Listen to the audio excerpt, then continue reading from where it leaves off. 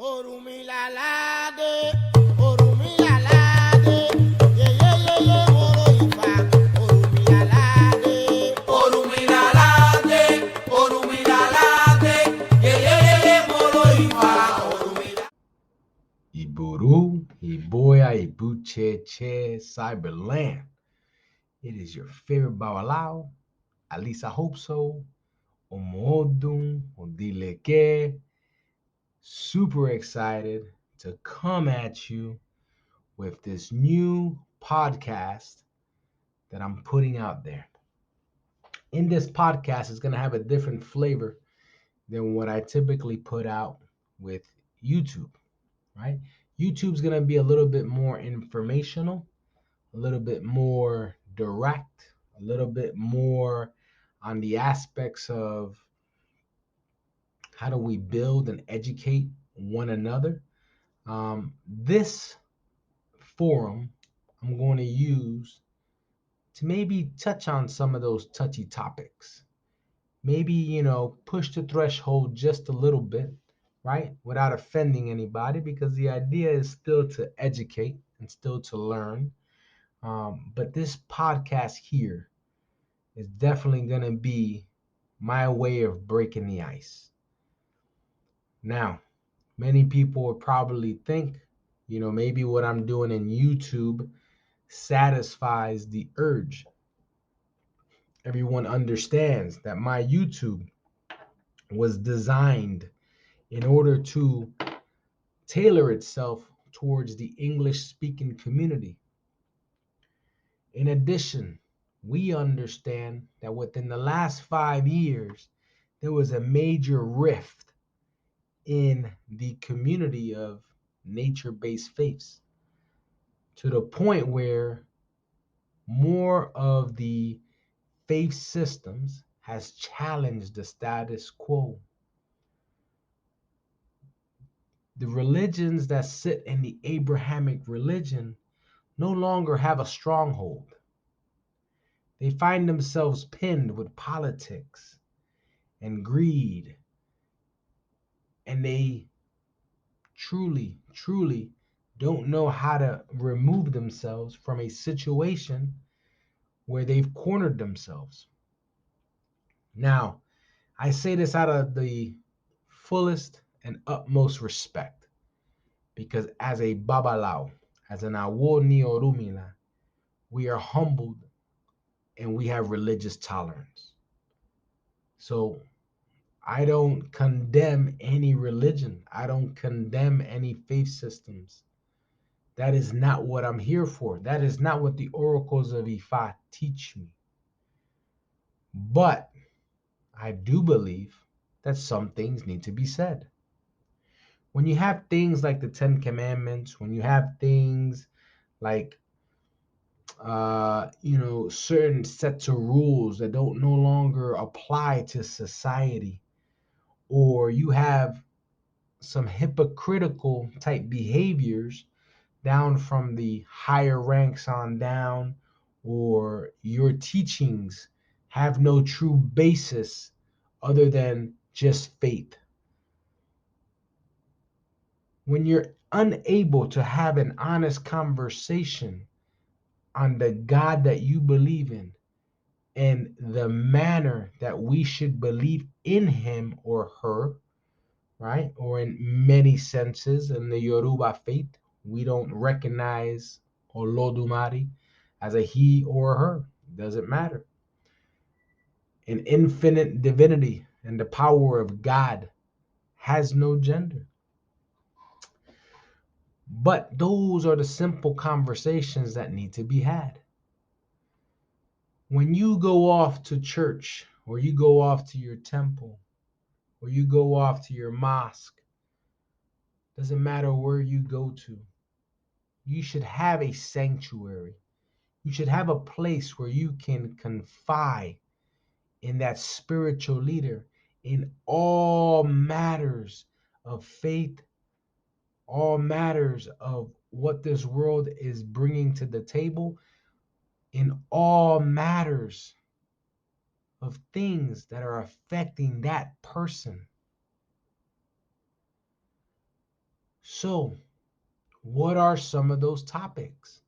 What are some of those things that maybe some of the listeners want to hear? Maybe it is political values. Maybe it is economical situations. Maybe it is a spiritual thought process that needs to be better solidified or maybe better explained. Maybe we need to talk about some of these topics that are going on today because I'm not a politician, nor am I trying to make friends. I've told many, many, many of my godchildren in my spiritual house that ultimately, at the end of the day, I'm here to be a spiritual leader. They ask for their Odu and Ifa. And in that Odu, it dictates how you shall walk, talk, speak in the eyes of God. Through what? The oracles of Ifa. And my job is to ensure that you fully understand it. My job is to ensure that you grow and you are prosperous in your spiritual enlightenment. So, therefore, must I make a friend out of you? If I do, that is a plus. That is a bonus. That is truly a blessing. But if I don't, do I not still complete the same obligation that I was destined to do? Those are some of the thought processes of this podcast that I bring to the table. Those are going to be the hard questions that I want to answer. Those are the things that I want to understand from the viewers, from the listeners. Again, the YouTube, educational. I'm okay with that. But this podcast is where I want to take off the gloves. So let me tell you a little bit about me and why this podcast is important. Because I come from a very interesting walk of life. So I'm originally from Newark, New Jersey. And if anybody knows anything about Newark, New Jersey, growing up there, it's definitely interesting. The Renaissance city, um, great pride in the city, a very impoverished city, right? I didn't grow up with a lot of money. I didn't grow up with a lot of opportunity. I grew up with the ability of either I got my street smarts and I was able to move out with it, or I got my book smarts and hope, and with just hope, I didn't have to do something that maybe took me away from the path of education and uh, and the American dream, we'll call it. My path was very interesting. Why? Because I enjoyed school. I did. So I grew up in North Newark. At a certain point, my mother, sent me to several schools. I always had an aggressive problem. I was always a person that, um, I always talked in class. I never took any type of BS from anybody. So I was always in fights, right? And people would gang up on me. I was a little chunky kid. I really was. I was super big for my age. Um, Not in height, but in weight, right? So that definitely put me into a different category of things. So as time progresses, my mother thought it was a good idea to send me to Catholic school. Right? So, okay. So I did Catholic school for a few years. We go through religious studies and we read the Bible and we go through our sacraments and we do our thing, right? And at the same token, which I thought was very odd, they started to really get into my head. And here's why. My mother used to go to, the underground, uh, Piritismo, the misas, and the white table and the black table and you name it. right? The bóvedas. And my mom would go to all these, and she would do the consultations and everything, right? And at one point, I kind of was set back because I found myself telling my mother, "You're going to go to hell because you're doing the devil's work," et cetera, et cetera, et cetera, right? And I was young. I was young. I was maybe in the I don't know, the sixth grade, the fifth grade. But anyway, nor here nor there. And I was set back, right? But I don't know, something always drew me to the crowds. I was a person that was always very attracted to fraternities, to the ganglands, to the brotherhood of things. And you're gonna see that I kind of maintained that course until I found Ifa. So as time progressed, I found myself to a certain point wondering, what am I saying? And why am I saying it? I also found myself intrigued, right?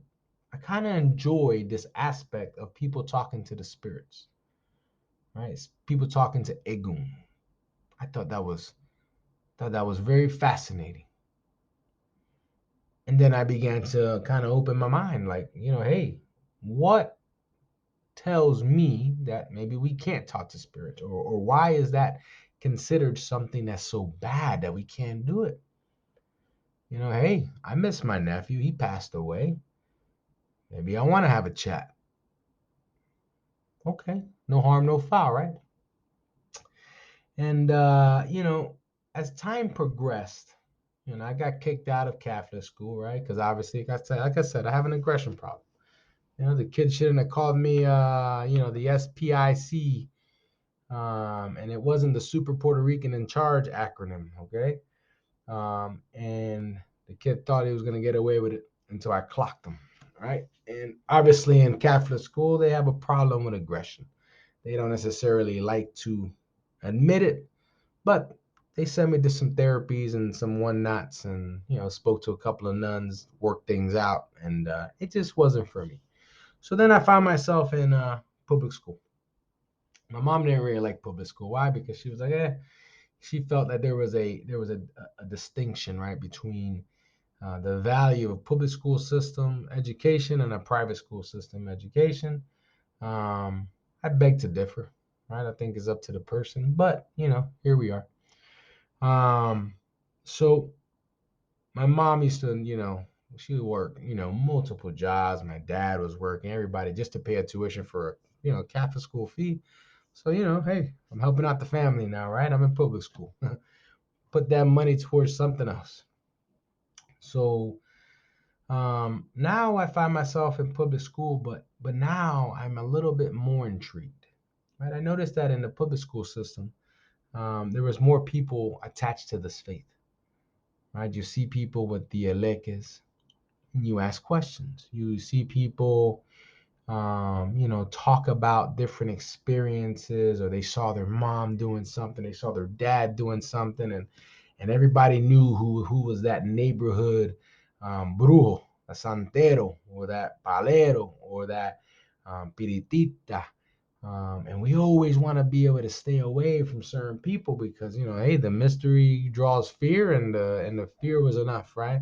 Like the boogeyman, right? So we're young, we don't know any better. But let me tell you, if I did not get intrigued by the gay Cuban guy who lived down the block, who used to always buy Coke from one of my buddies who was a drug dealer. Okay. And man, the guy just intrigued me, man, because you see him buying things, you see him sacrificing animals, you see clients going in and out of his spot, and you just wonder, like, what the hell is this guy up to? And he's a druggie, like what, he wasn't that bad of a druggie, but um, so I asked him one day, man, he came by, and my friend sold him his the little clip, and I asked him, I said, hey, tell me about your faith, right? And he says, there's nothing to say. He says, My faith is not to be spoken; it's to be learned. It's to be seen.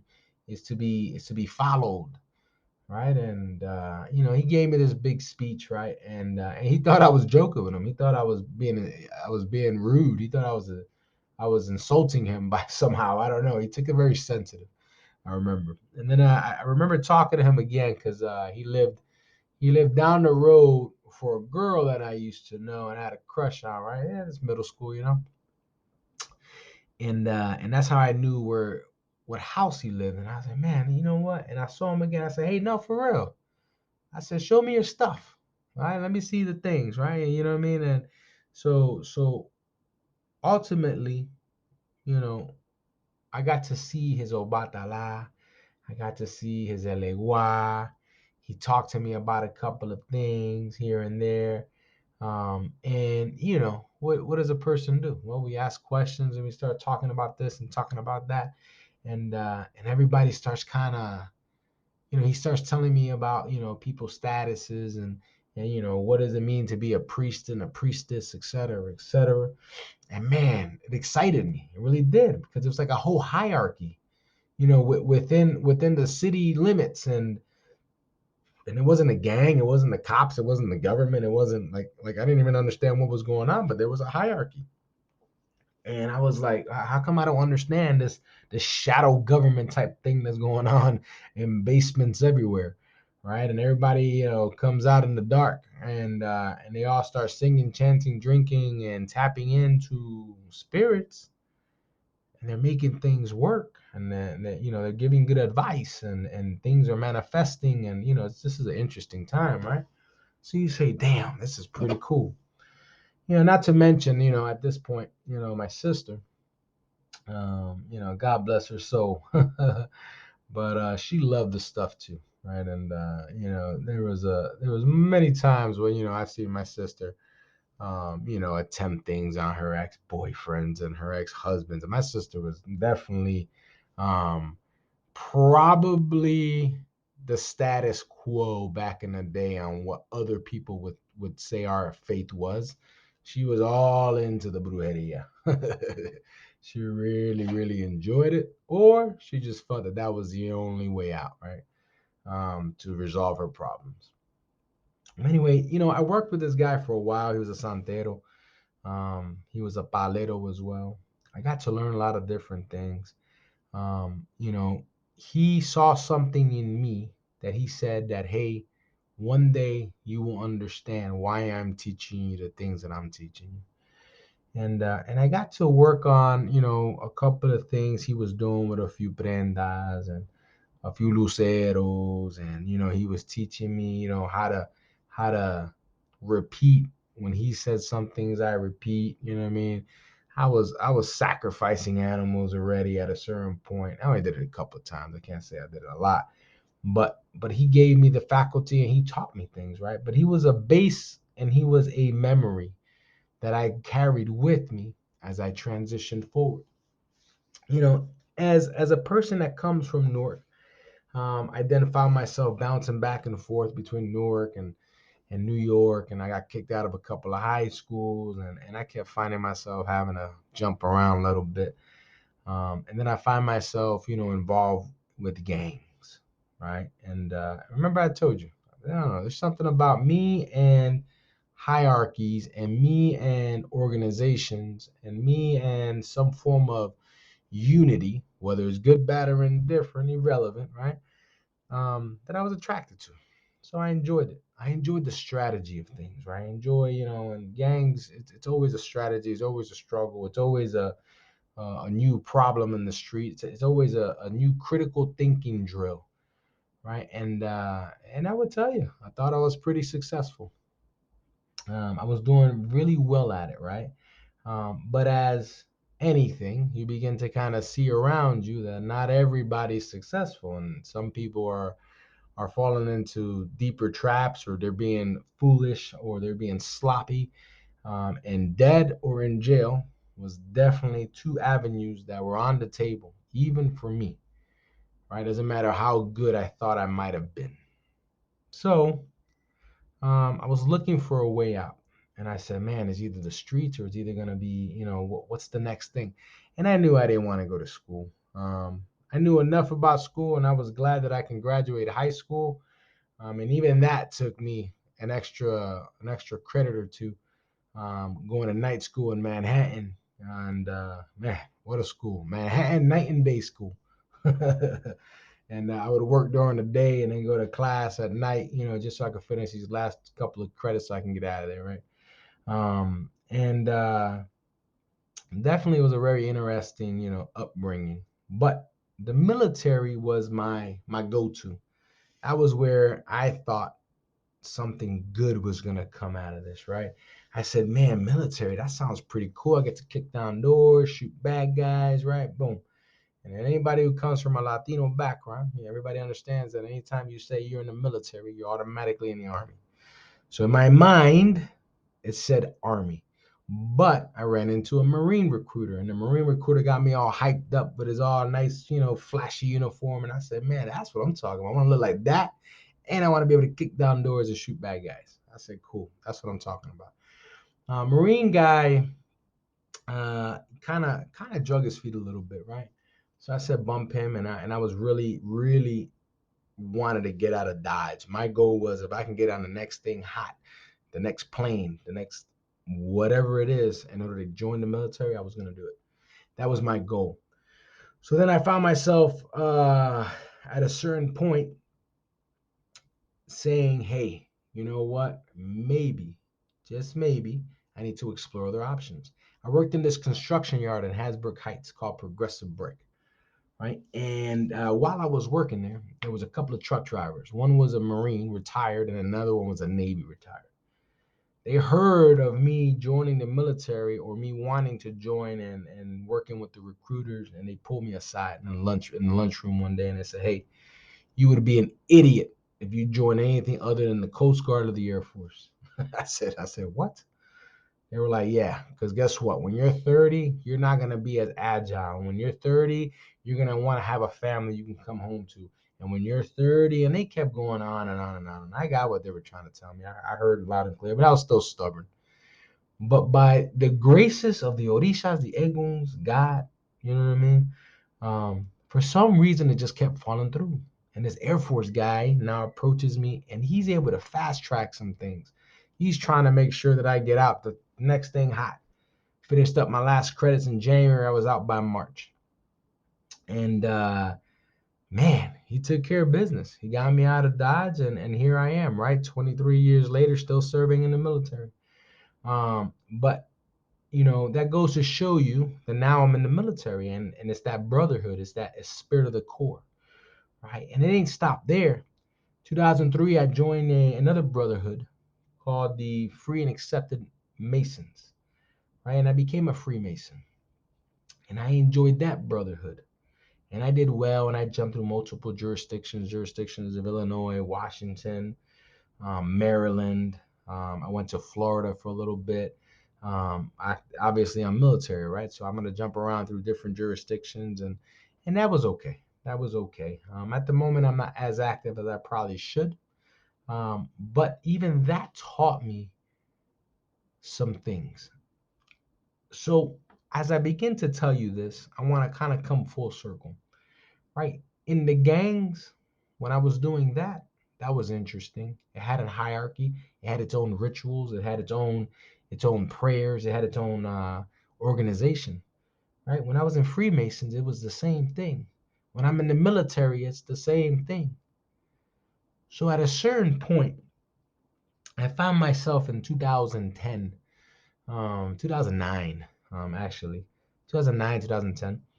Receiving my mano de orura, which was an interesting story. I must have went through 100 botanicas through Florida, through Tampa.